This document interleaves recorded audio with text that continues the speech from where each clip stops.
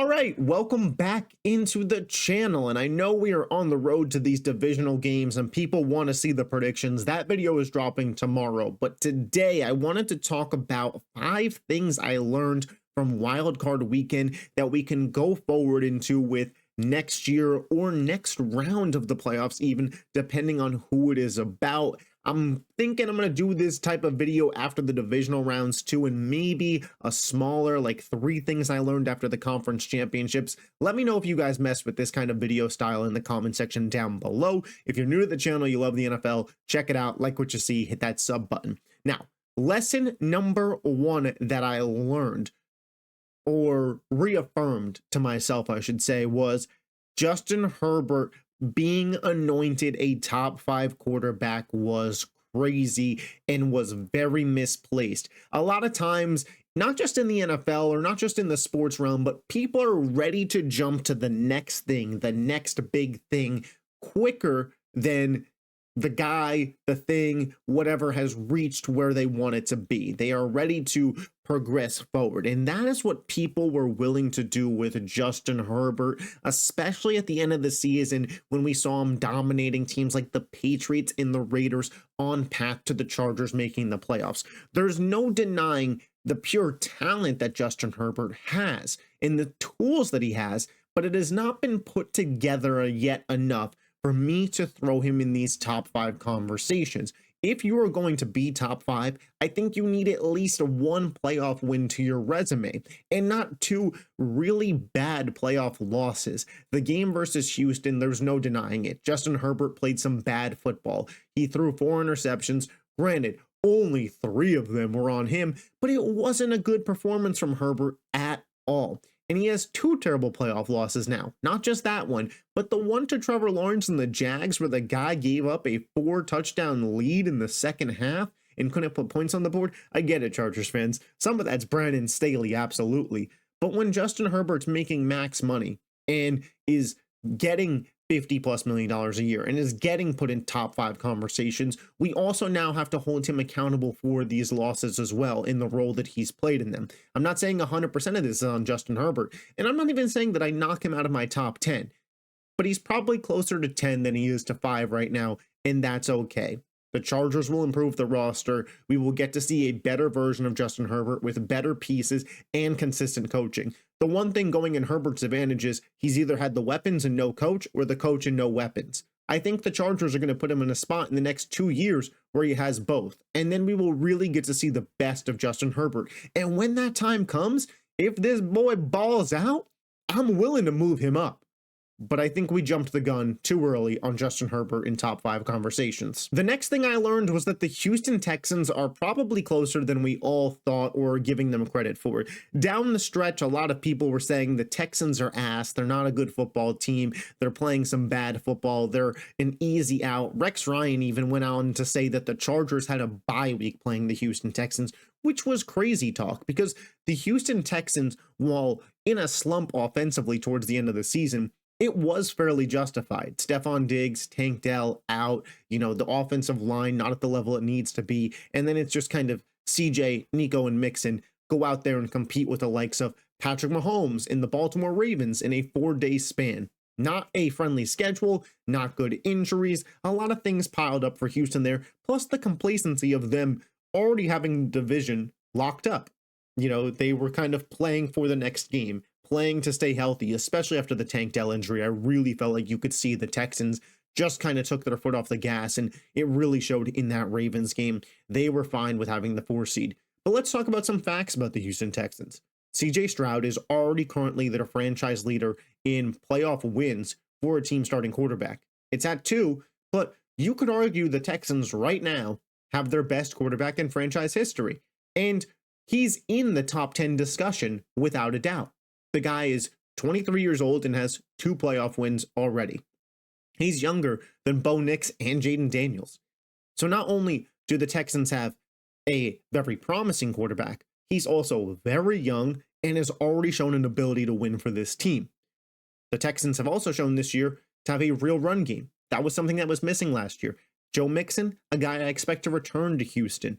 The Texans' defense is one of the best in football. And if you told me you thought healthy is the most talented defensive roster in the league, it would be hard pressed for me to tell you that you're just objectively wrong. Danielle Hunter and Will Anderson Jr. were the best edge rusher duo in football this year in terms of sacks and pressure rate on the quarterback. Those guys could have been all pros. Those guys were in Pro Bowl discussion. Will Anderson Jr., had he not missed some time this year, probably would have secured one, if not both of those spots. Derek Stingley Jr. is a top 2 corner in the NFL and is the best ball hawk corner in terms of getting interceptions in the NFL. The guy's chase down recovery speed is insane. Then they draft Kamari Lassiter to play the other side, and he's a baller. Petrie, Bullock, Al-Shaair, Harris. This is a very, very good Texans defensive unit that has a strong defensive mind in D'Amico Ryans, meaning these guys are always going to be playing their best. He has shown, pretty consistently over 2 years, he can get the best out of players on the defensive end of the ball. The Houston Texans, in my eyes, are one really good offseason and a really good draft, or just 2 decent to good off seasons and drafts away from being in conversations with the Chiefs, the Ravens, and the Bills. I mean, when you look at it, over the last 2 seasons, that has been your final 4 in the divisional round. Chiefs, Bills, Ravens, Texans. And I get it. The Texans are in the AFC South. It's an easier division. And I'm not saying that they're at the tier of those teams, but they are coming. They are on their way. And I don't want it to sneak up on anybody when this team arrives. Because again, they just showed you, even with the limitations they have, they blew out and destroyed a Chargers team that a lot of people thought could give Kansas City trouble in a divisional round matchup. Put some respect on H-Town. The third thing that I learned, and this one was a really tough lesson for me, it's one that really actually hurt me. Kevin O'Connell might have been overrated. And listen, I love KOC as much as the next guy, but he's been in 2 playoff games now in his career, and he has 2 losses to teams that have 4 less regular season wins than him. He was the favorite in both of those games. I get it. Losing this one this past week, you could probably give Kevin O'Connell a little bit of a pass in terms of circumstances. He is on the road. It's kind of a neutral site game, but it's more so a Rams home game, even though it's in Arizona, but that's a lot closer to LA than Minnesota, obviously. But some Vikings fans definitely showed out. But you're against your former, boss, you could say. Obviously, KOC comes from the McVay tree. They have Stafford, a really good quarterback, a veteran presence compared to Darnold. I understand how it happened, okay? The loss to Daniel Jones, though, now that we've seen Kevin O'Connell again be really strong for a regular season just to crumble in the playoffs, definitely holds a little bit more weight behind it now. The 13-win Vikings losing at home to the 9-win Giants team led by Daniel Jones, that blemish is still on his record. And it's not to say that Kevin O'Connell can't come out and eventually be one of the best head coaches in football, but I think similar to what I was saying with Justin Herbert earlier, a lot of people were ready to anoint him in their top 5, and hand up, myself included. I loved what I was seeing from Kevin O'Connell. But again, similar to his quarterback in Sam Darnold, early on in his run right now, it seems like when the lights get brighter, there starts to be a little bit of struggle from KOC. I noticed early on in that game, down just a touchdown, the guy would have one bad run play with Aaron Jones, and then it's pass, pass, pass. Somebody, I believe John Middlecoff, said this on his podcast, and I thought it was a really great analogy. Kevin O'Connell played that game, especially in the first half, like somebody who plays Madden.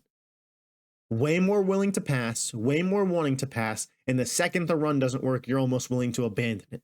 And then the thing that was egregious in my eyes was down 18, 7 minutes to go, calling run plays then.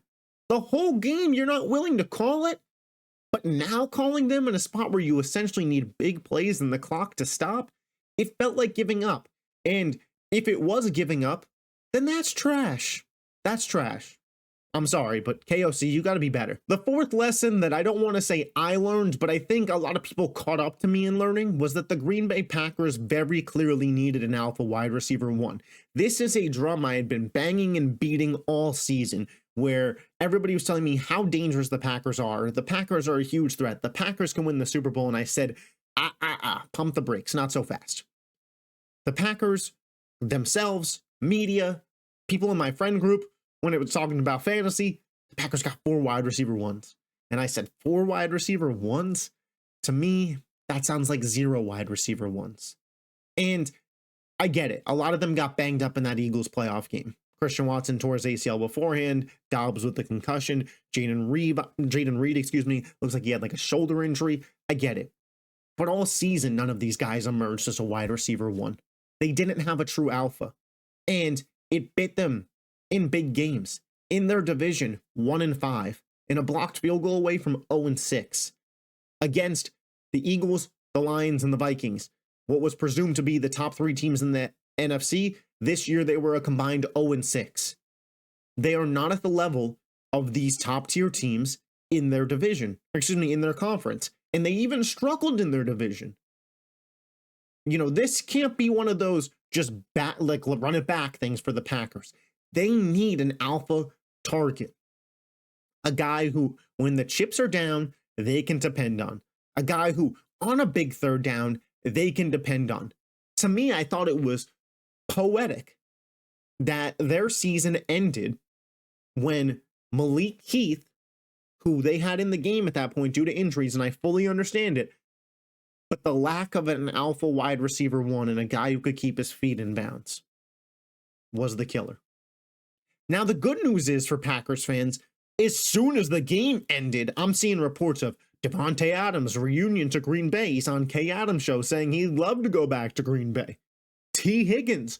Green Bay has an interest in T. Higgins. These are good signs.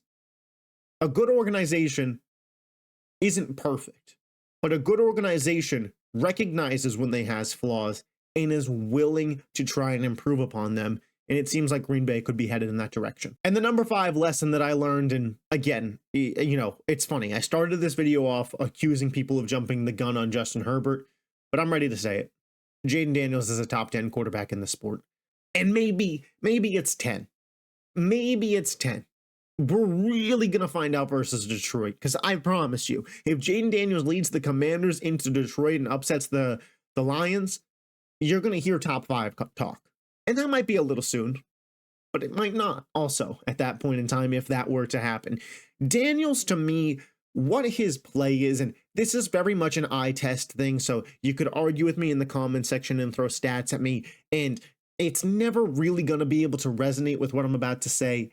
He controls the game at a level that I only see the elite of the elite quarterbacks do. And what I mean by that is, and if you're not new to the channel, you've heard me say this numerous times, he plays the game like a point guard. He just controls everything on that football field when he is out there. Not only does he control the other 10 guys lined up on him with offense perfectly, but it seems like he even dictates what the defense does and can get them out of position. You go back earlier this season to the Cincinnati game. He could win a shootout against Joe Burrow. He can make the deep throws with, great accuracy. He can give you the splash play. You come all the way to this divisional round game, and he's a guy who, on 3rd down and 1, is tough enough to break a tackle attempt and surge forward to get his team in position to kick the game-winning field goal. He's the kind of leader that you see blood dripping down his face. And I get it, it wasn't a lot. It's just a scratch. It's football. And if it wasn't Jayden Daniels, it wouldn't have been shown. But it is the quarterback. And to see the quarterback get that hit that he took from McCollum, flying in the air, bloodied, and get right back up, ready to go to war with you, that means something to these guys on this team. So not only does Jayden Daniels have the talent, but visually you see the leadership. I mean, you want to ask if he's a good leader. His ex-LSU teammates, Malik Neighbors and Brian Thomas Jr., went to the game to watch him play and root him on. That is something special. And when Jayden plays, he controls the game, and he plays great. And he led a Washington Commanders team that their over-under was, 5, maybe 6 wins? And now they had a 12-win regular season and have one in the postseason. And I'm not counting them out against Detroit. Now, Detroit's got a ton of firepower, and I don't know if Washington's defense will be able to keep up with it. My predictions on all that will be dropping tomorrow, so make sure you are subbed for that. But Jayden Daniels is legit. Jayden Daniels is for sure legit. All right, so that is the 5 things I learned from Wildcard Weekend. Let me know anything that you learned down in the comment section down below, or any thoughts that you have on the statements that I made in this video. We could argue, debate, agree, call each other handsome in the comment section, whatever you want to do. Leave a like on the video, and I will catch you guys tomorrow for my divisional round predictions. Peace out.